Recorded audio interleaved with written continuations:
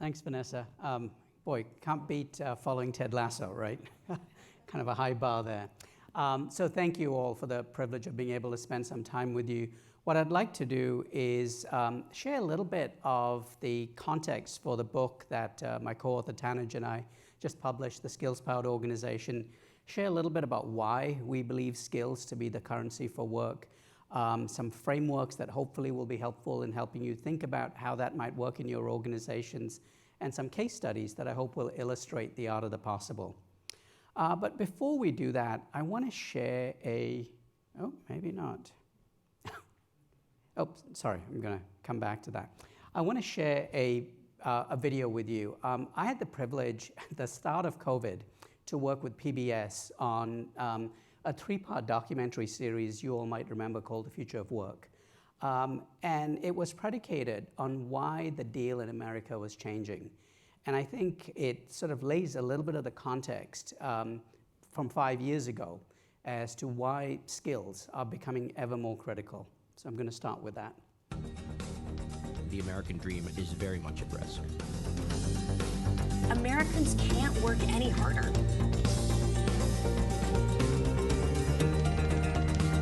It's not even the future, it's the now. The oil field was booming. The biggest, baddest thing happened in Texas. During the time when I was working in the oil field, I moved to San Angelo and bought a house out there. And then just a year after we bought the house, I got laid off. And then for a while, I was lost. I was lost. And I just saw wind turbines. I was like, well, what about that thing? The old deal was I went to school, those skills took me through a 30-year working life, and then I got to retire. Remember to check your leg straps. Make sure your latches are good. Well, the new deal is now there are no guarantees, there's no certainty. This can be a very dangerous industry. Who's going first? So it's roughly a 300-foot climb.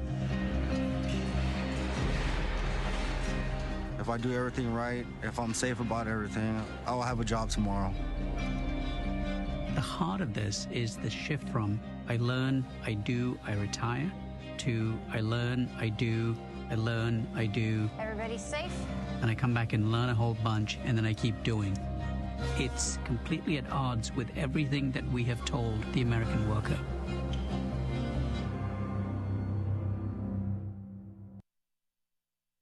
So that was 5 years ago. And the world we're in is exponentially more complex. The World Economic Forum coined the phrase the polycrisis world, where we don't just have multiple crises like AI, the changing deal at work, geopolitical crises that act independently, but each of those acting as a multiplier onto the other. And so what we're transcending into is a far more complex world. So as the external environment gets more complex, what we start to see is the organizational imperatives around which we organize work, the ways in which our business models are configured, changing dramatically. From a focus on scale, efficiency, and expertise, which we've always had in our architectures for work, to increasingly a premium on speed, agility, and an execution focus. What that means for our organizations and for our work is this pivot that you see from left to right, from traditional hierarchical structures that are focused on those priorities of efficiency, expertise, and scale, to increasingly more hybrid and agile structures, to ultimately more agile networked ecosystems that seamlessly connect work and talent in ever more different combinations. So a pretty significant pivot as we move from left to right. And I want to share a story that actually happened not far from here up in Burbank. And this is from my second book, when John Boudreau and I were writing Lead the Work, Navigating a World Beyond Employment. We were really struck by what Siemens and Disney had done. So back then, Siemens had created a hearing aid for children. It was a world-class product. It was second to none. But what does Siemens know about marketing to kids, right? I mean, these are the folks who build train systems and power turbines, et cetera. And so there was this conundrum of, okay, great product, how the heck do we sell it? And to his credit, an attorney who was up in Burbank, who worked for Siemens, said, you know, we have a partner who knows a lot about kids, right? We build their monorails in their parks, and they know more about kids than we ever will.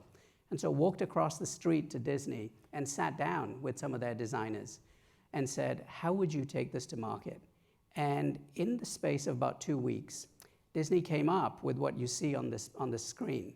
They came up with a kit for making wearing a hearing aid actually cool. If you think of a child in school and the stigma of having to wear a hearing aid, they completely flipped the script. It actually became cool to wear a hearing aid. You had Mickey with a hearing aid. You had a little stethoscope in the kit. You had a coloring book. All of the things that made it actually fun for a child to sort of have to deal with this challenge. And it was really striking as John and I were writing this case study, because it was the wherewithal of an organization to understand where its skills and capabilities started and ended, and the willingness to open the aperture, open the ecosystem to tap into something into a partnership that no one else would have thought of. And that journey, which started way back in 2010, has continued today as Siemens and Disney collaborate on other solutions and products. And to me, it was a great example of what we subsequently then wrote about, which is, what does that new work operating system look like that enables that agile, execution-focused organization that is capable of tapping into a broader network and ecosystem? And in our book, Work Without Jobs, we talked about 4 principles that underpin that new work operating system. The first is starting with the work of the organization, not how we organize it, not who does that, the job that work might sit in, but what are the elemental tasks and activities, both that exist today and what's to come. Secondly, asking the question up front as to where can AI specifically and automation substitute, augment, or transform the work? One of the things that we saw in our book, Reinventing Jobs, that was published by the Harvard Business Review in 2018, way before ChatGPT ever showed up, was that across 135 companies that we featured in the book, the ones who consistently succeeded in harnessing, back then, machine learning and deep learning were the ones who transcended their legacy, the ones who started not with the tech, but the ones who started with the work. Because what they saw were those 3 nuanced outcomes of where the technology might substitute human skills, where it might augment human skills, as we're seeing with Gen AI, and also where will it transform the work fundamentally, completely retooling the workflow. Once we figured out that optimal combination, then asking the question of what's the best way to engage talent in the work? Should it be an employee in a job? Should it be an alliance partner like Siemens and Disney? Should it be a gig worker? What's the best way of organizing talent to connect to the work?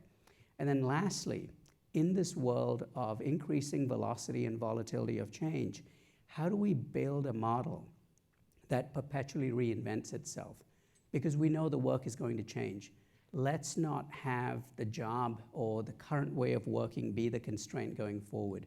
Let's remove those artificial barriers that exist in organizations so that talent can flow seamlessly to work in ever more agile ecosystems. And I'll share a couple of frameworks with you to illustrate that. But I want to unpack first principles 2 and 3, because there's certainly so much, and we will talk a lot about it at this event, about the impact of AI on work.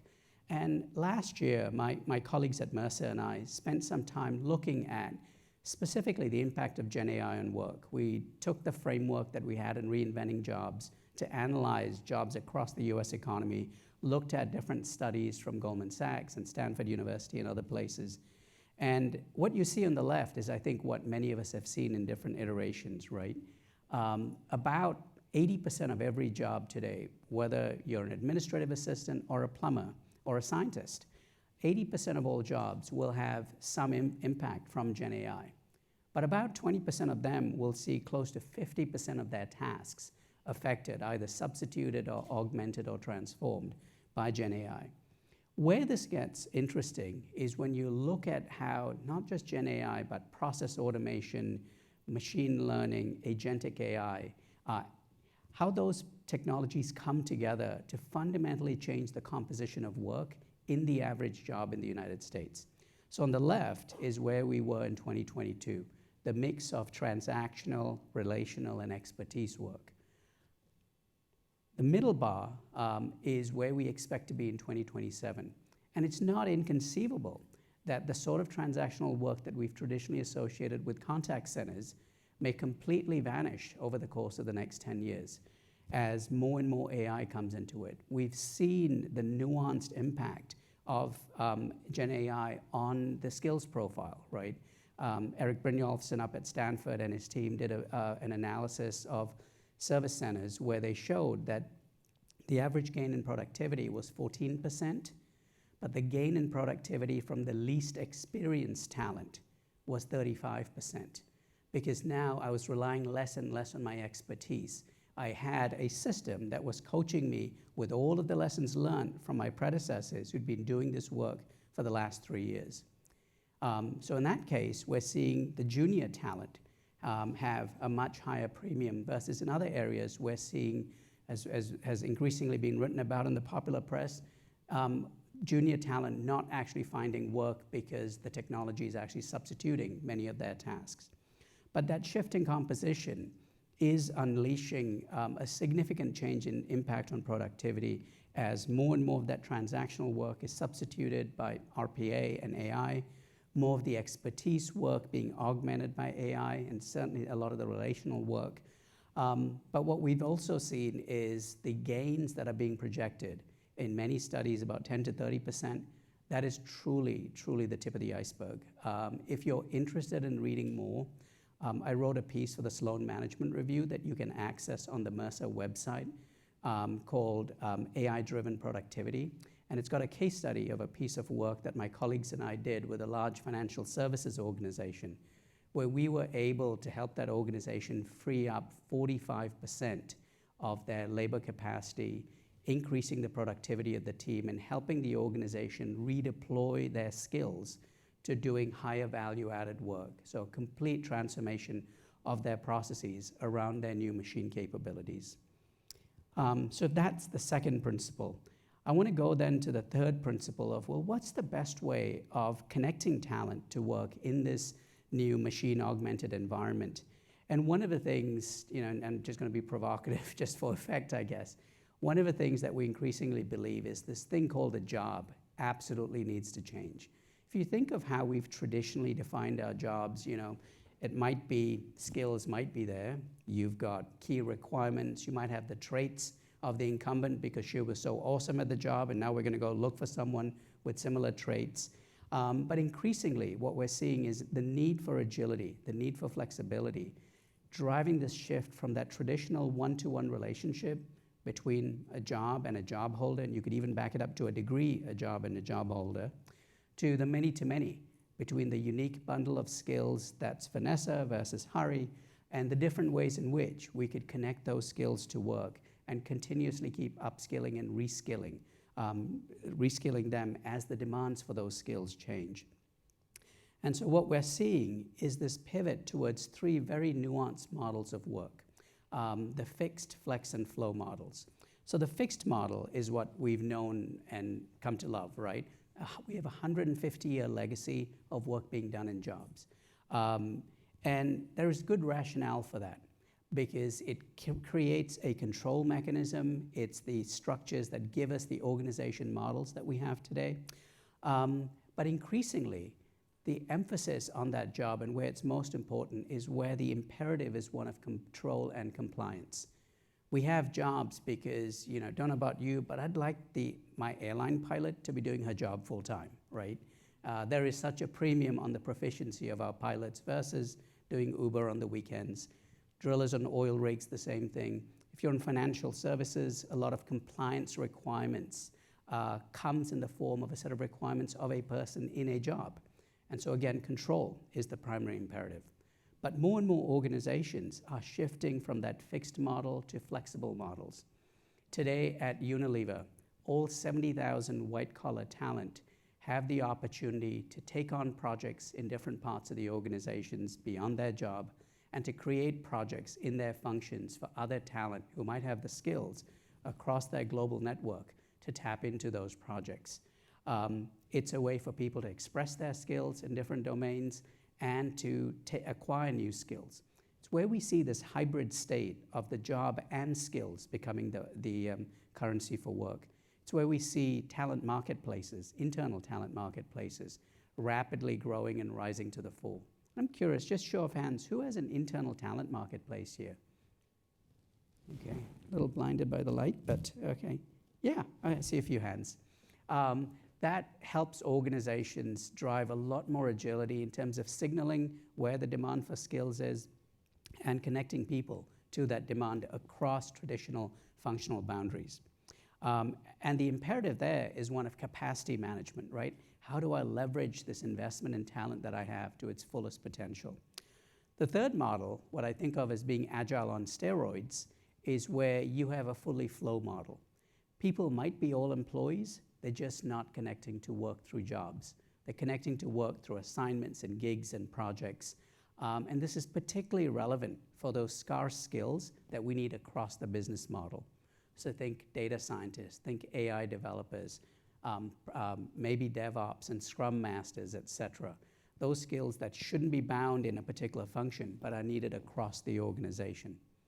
Now, where this gets super interesting for all of us is certainly the direction of travel is from left to right, but all three of these models exist in companies today, and are increasingly existing in large organizations. So think about how we manage our talent propositions, think about how we manage work in organizations, and having these nuanced models, because the productivity benefits, the agility benefits are truly exponential. As a marker, we had the privilege of working with a large insurance company in Europe to move all their data scientists from a fixed function in IT into that flow model on the far right. And they saw a 600% gain in productivity in 18 months. And so, yeah, this is kind of tough work, but the business case and the impact, it's truly extraordinary. And I want to share a case study in the book that we have, and we have copies outside, as you know. Tanuj Kapilashwamy, who's the Chief Strategy and People Officer at Standard Chartered Bank, so a $40 billion bank primarily in Europe and Asia. We use their case study, their story, as a way to illustrate what that journey to a skills-powered organization might look like. And that journey started with one number. We showed their board that they could save 50,000 British pounds per employee by reskilling talent from their sunset roles to their sunrise roles, as they called it. And so going beyond what companies typically do in a transformation, right? Fire a bunch of people over here with legacy skills, hire a bunch of people over there with these new sexy skills that are required, paying above market premiums. So actually creating a model where we could save them a ton of money. And the question was then asked, okay, how do we do this? Our business is changing really quickly. We need more digital skills. We need different relationship manager skills for a rapidly growing middle class in Africa and in the Middle East. How do we create a model that is built to reinvent? So we did three things off of this one number. We said, how do we build a learning habit? How do we design in space for learning in the flow of work so that people with the organization support are able to get the right signals to keep reinventing themselves? Secondly, let's identify where is their nuanced and disproportionate impact as a result of AI, as a result of geopolitical crises, as a result of changing demographics. And let's ensure we've got these reskilling and transitionary pathways from the sunset to the sunrise roles. And then lastly, how do we make sure that skills are the currency for work across the organization? How do we ensure that we are giving people space and permission to continuously keep upgrading themselves, and we're being truly honest and adult about it in letting them know, here's how work is changing. So a pretty significant shift in their model, and for those of you who maybe are familiar with the bank, you will have seen their results for the last couple of years, and Bill Winters, their CEO, credits this transformation for enabling them to leapfrog many of their competitors. And over the course of that, what we learned were, as we were writing the book and as we were delving into Standard Chartered, that there were three core capabilities of this skills-powered organization that is built to reinvent, that is built to navigate this increasingly complex AI-powered environment. Those three core capabilities are what essentially what we call work design. Do I have a clear sense of how work is changing, an understanding of the changing demand, a clear sense of the supply of human and machine capability, and the ability to design work in a way that makes the best of both? Secondly, once I understand demand, how do I ensure that I'm continuously closing those skill gaps at scale and speed? So not training that is just left to HR and that budget item that we cut when times are bad, but how do we build in space for development into the flow of work, into our strategic plans, and make it a perpetual part of how we invest in the business? Tapping into new tools like VR and XR and AR. That's something that my colleague Courtney is going to be talking about.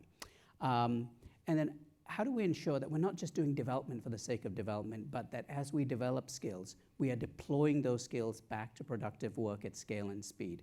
So we haven't got precious human capability sitting on the shelf waiting for an opportunity, even as their skills decay by not applying them.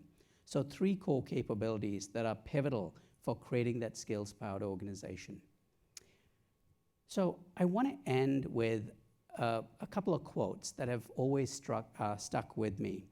The first one is, some of you may remember, maybe those with as much gray hair as me, a book in 1970 called Future Shock, written by Alvin Toffler and his wife. Interestingly, his wife's name was not on the front cover, although she wrote half the book, but be that as it may.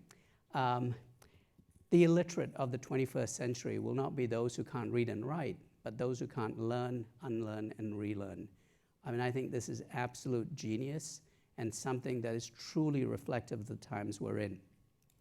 The other quote, I think one that probably we all know, certainly the first part of, Jack of all trades is a master of none, but I find the second part of the quote even more interesting, but oftentimes better than a master of one. So the need for a multi-skilled, multidisciplinary set of leaders, managers, and employees. So with that, thank you for the time, and Hari, I think I might have bought you 3 minutes back. Thank you.